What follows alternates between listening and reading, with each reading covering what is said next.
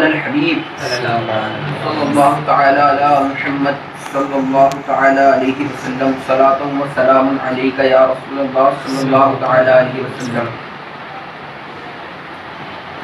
دودھ پیتے بچے کا پیشاب اور یہ کہتے ہیں الٹی کرنے کو۔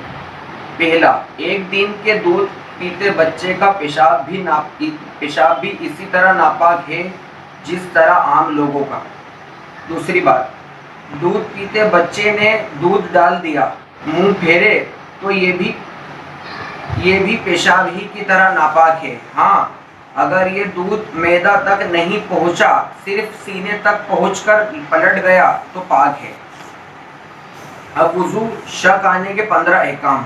وضو کرنے کے بعد جو شک آتے ہیں کہ کیا کیا شک ہوتے ہیں، وہ پہلا شک، اگر دوران وضو کسی عضو کے دھونے میں شک واقع ہوا، مطلب دوران وضو کسی ہاتھ کے حصے کو یا چہرے کے حصے کو دھونے میں شک واقع ہوا کہ ایسا لگا کہ یہ دھلا کہ نہیں دھلا۔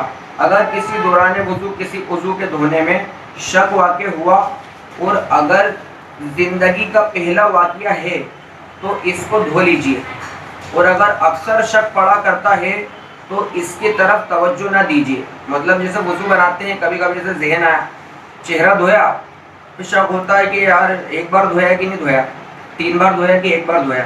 پھر کبھی کبھی ہاتھ دھویا تو دھیان آتا ہے کہ کہیں یہ ہاتھ دھویا کہ نہیں دھویا، یہاں تک دھویا کہ یہاں تک دھویا۔ اگر پہلی بار آپ بنا رہے ہو تو پھر دوبارہ اس کو دھو لو اگر شک لگ رہی ہے تو۔ اگر بار بار شک آ رہا ہے تو آپ اس پہ دھیان نہ دیں۔ اکثر شک پڑا کرتا ہے تو اس کی طرف توجہ نہ دے۔ زیادہ تو بار بار شک پڑتا ہے کہ دھویا کہ دھلا کہ نہیں دھلا، دھلا کہ دھلا، اپنا غالب گمانے کے ہاتھ دھویا، پھر بھی شک آیا تو آپ اس شک پہ دھیان نہ دیں۔ اگر اسی طرح وضو کے بعد بھی شک پڑے تو اس کا کچھ خیال مت کیجیے۔ وضو کرنے کے بعد بھی ذہن میں آئے کہ اگر ٹانگ دھوئی تھی کہ نہیں دھوئی تھی، مسا کرا تھا کہ نہیں کرا تھا، تو اگر واقعی لگ رہی ہے گمان سے کہ واقعی نہیں کیا ہے تو کرنا ضروری ہے، اور اگر بار بار شک آتا ہے آپ لوگوں کو تو اس شک میں آپ دھیان نہ دیجیے۔ دوسری بات، آپ باوضو تھے، اب شک آنے لگا کہ پتہ نہیں وضو ہے یا نہیں۔ جیسے وضو آپ نے عصر کے وقت وضو کیا، اب مغرب تک آپ کو باقی رکھنا ہے، تو اب مغرب کا وقت آیا تو اپنے ذہن میں آ گیا اور وضو ہے کہ نہیں ہے، تو اس کے بارے میں بیان کیا جا رہا ہے۔ آپ باوضو تھے، اب شک آنے لگا کہ پتہ نہیں وضو ہے یا نہیں، ایسی صورت میں آپ باوضو ہی ہیں، کیونکہ صرف شک سے وضو نہیں ٹوٹتا۔ کیونکہ شک سے وضو نہیں ٹوٹتا، کیا مطلب ہے کہ نہیں، جب تک کہ وضو توڑنے والی چیزوں سے ثابت نہیں ہو جائے کہ وضو ٹوٹا ہے، صرف شک آنے سے وضو نہیں ٹوٹتا۔ تیسری بات، وسوسے جو آتے ہیں ذہن کے اندر، وسوسے آپ کو معلوم ہوگا، وسوسے شیطان کی طرف سے ہوتے ہیں۔ وعلیکم السلام۔ وسوسے کی صورت میں احتیاطاً وضو کرنا احتیاط نہیں ہے، یہ اتباع شیطان ہے۔ مطلب ہر بار وسوسے آتے ہیں تو ہر بار وسوسے کی وجہ سے بار بار وضو کرنا، یہ جو ہے احتیاط نہیں ہے بلکہ شیطان کی پیروی ہے، کیونکہ وسوسہ شیطان کی طرف سے ہوتا ہے۔ یقیناً آپ اس وقت تک باوضو ہیں جب تک وضو ٹوٹنے کا ایسا یقین نہ ہو جائے کہ قسم کھا سکے۔ پانچویں بات، یہ یاد رہے کہ کوئی عضو کہتے ہیں کسی بھی حصے کو، جسم کے حصے کو کہتے ہیں عضو، ٹھیک ہے نا۔ یہ یاد رہے کہ کوئی عضو دھونے سے رہ گیا ہے، مگر یہ یاد نہیں کہ کون سا عضو تھا، کون سا حصہ تھا جسم کا،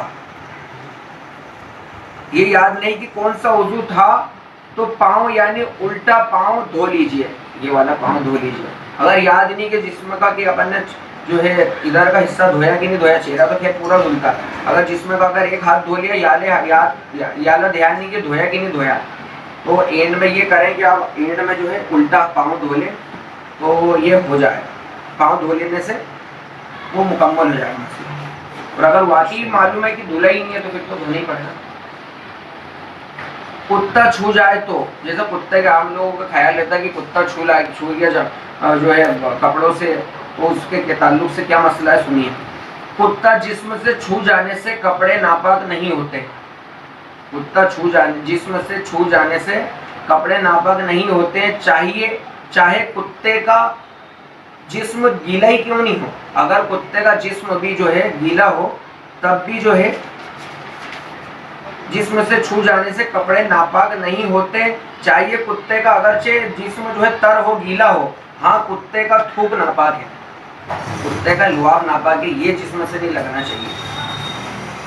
سونے سے وضو ٹوٹنے اور نہ ٹوٹنے کا بیان. نیند سے وضو ٹوٹنے کی دو شرطیں. پہلی شرط دونوں سورین, سورین کہتے ہیں آنکھوں کو, دونوں سورین اچھی طرح جمے ہوئے نہ ہوں.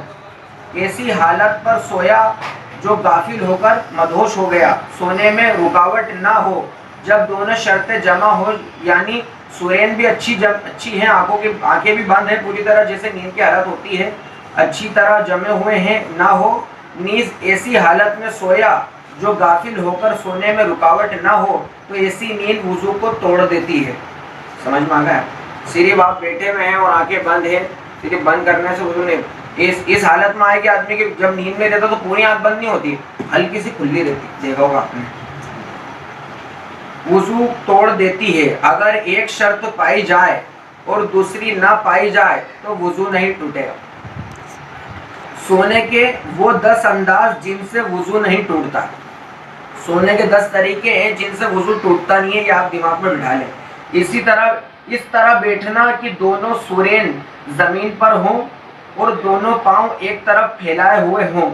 کرسی, ریل اور بس کی سیٹ پر بیٹھنے کا بھی یہی حکم ہے. دوسرا, اس طرح بیٹھنا کہ دونوں سورین زمین پر ہوں اور پنڈلیوں کو دونوں ہاتھ کے حلقے میں لے کر خواہ ہاتھ زمین وغیرہ پر یا سر گھٹنوں پر رکھ لیں. تیسری بات, 4 زانو یعنی پالٹی چوکڑی مار کر بیٹھنے, خواہ زمین یا تخت یا چارپائی وغیرہ پر ہو. وعلیکم السلام. وعلیکم السلام. چوتھی بات, 2 زانو سیدھا بیٹھا ہوا ہو. پانچویں بات, گھوڑے یا کھچر وغیرہ پر زین رکھ کر سوار ہو. چھٹی بات, ننگی پیٹھ پر سوار ہو کر جانور چڑھائی پر چڑھا رہا ہو, راستہ ہمراہ ہو. تکیے سے ٹیک لگا کر اس طرح بیٹھا ہو کہ سورین جمے ہوئے ہوں, اگرچہ تکیہ ہٹانے سے یہ گر پڑے. آٹھویں بات, کھڑا ہوا ہو, رکوع کی حالت میں ہو.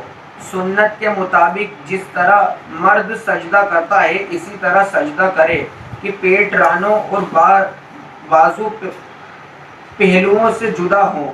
مذکور صورت نماز میں واقع ہوں یا علاوہ نماز وضو نہیں ٹوٹے گا اور نماز بھی فاسد نہ ہوگی اگرچہ قصدن سوئے. البتہ جو رکن بالکل سوتے ہوئے ادا کیا اس کا اعادہ یعنی دوبارہ ادا کرنا ضروری ہے, اور جاگتے ہوئے شروع کیا پھر نیند آ گئی تو حصہ جاگتے ادا کیا وہ ادا ہو گیا, یقیناً ادا کرنا ہوگا.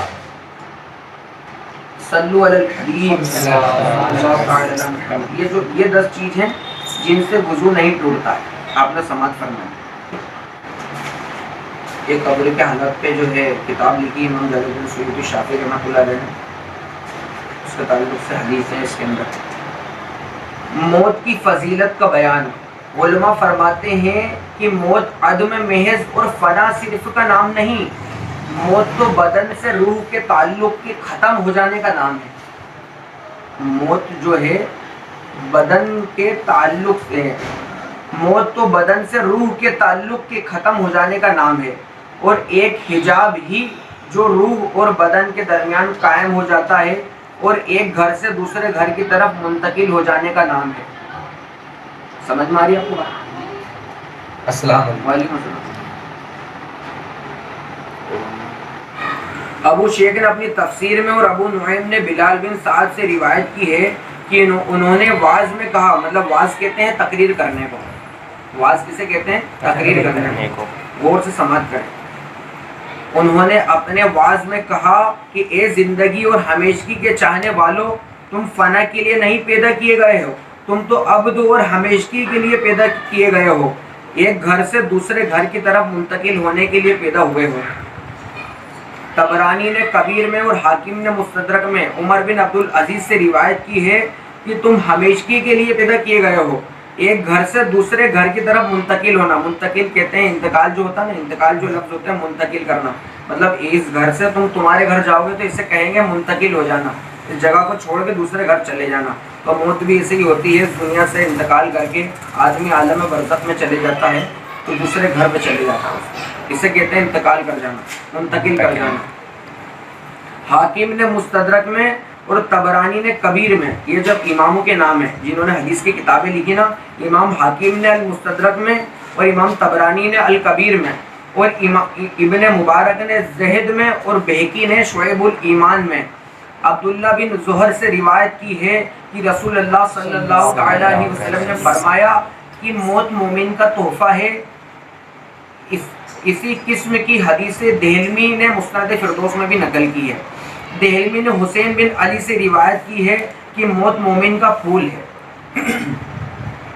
دہلمی و بہقی نے شعیب الایمان میں حضرت عائشہ سے روایت کی ہے کہ رسول اللہ صلی اللہ تعالی علیہ وسلم نے فرمایا کہ موت غنیمت ہے، گناہ مصیبت ہے۔ کیا فرماتے ہیں حضور صلی اللہ علیہ وسلم کہ موت غنیمت ہے، غنیمت کہتے ہیں فائدے کو، موت غنیمت ہے اور گناہ مصیبت ہے، محتاجی راحت ہے، مالداری عذاب ہے، عقل خدائی ہدیہ ہے، جہالت گمراہی ہے اور ظلم ندامت ہے، اطاعت آنکھوں کی ٹھنڈک ہے اور خدا کی مشیت سے رونا نجات ہے اور ہنسنا ہلاکت ہے، اور گناہ سے توبہ کرنے والا اس کی طرح ہے جو بے گناہ ہو۔ صلو علی الحبیب۔ احمد اور سعد بن منصور نے اپنی سنن میں صحیح سند سے محمود بن بصیہ سے روایت کی ہے کہ نبی کریم صلی اللہ تعالی علیہ وسلم نے فرمایا کہ دو چیزوں کو انسان برا سمجھتا ہے۔ حضور صلی اللہ علیہ وسلم فرماتے ہیں کہ دو چیزوں کو انسان برا سمجھتا ہے، موت کو برا سمجھتا ہے حالانکہ موت اس کے لیے فتنے سے بہتر ہے، مال کی کمی کو برا سمجھتا ہے، لوگوں کے پاس آج دولت نہیں ہوتی، پیسہ نہیں ہوتا، حضور فرماتے ہیں کہ لوگ مال کی کمی نہ ہونا، پیسے نہ ہونا کو برا سمجھتے ہیں، حالانکہ مال کی کمی سے قیامت میں حساب میں کمی ہوگی۔ اگر دنیا میں جن لوگوں کے پاس مال نہیں ہے تو وہ یہ اپنے آپ کو وہ تنگ نہیں سمجھا رہے، اپنے پاس تو کچھ بھی نہیں ہے، آخرت کے اندر حساب میں بھی کمی کر دی جائے گی۔ حساب کتاب جب ہوگا انسان کا، مسلمان کا، تو اس کے مال کی دنیا میں اگر مال کی اس کے ساتھ تنگی رہی ہے، پیسوں کے تعلق سے، دولت کے تعلق سے تنگی رہی ہے، پریشان رہا ہو، تو آخرت میں بھی جو ہے اسے اس کے حساب کتاب میں کمی کر دی جائے گی۔ حضور فرماتے ہیں۔ بہقی نے شعیب الایمان میں زرع بن عبداللہ سے روایت کی ہے کہ نبی صلی اللہ تعالی علیہ وسلم نے فرمایا انسان اپنے لیے زندگی کو بہتر سمجھتا ہے حالانکہ موت اس کے لیے بہتر ہے۔ انسان زندگی کو اپنے لیے بہتر سمجھتا ہے حالانکہ اس کے لیے موت بہتر ہے، اور مال کی کمی کو برا سمجھتا ہے حالانکہ یہ حساب کی کمی کا باعث ہے۔ مطلب میدان محشر میں حساب میں کمی ہوگی، جن کے پاس دنیا میں مال کم ہے تو میدان محشر میں ان کو حساب میں بھی کمی کر دی جائے گی۔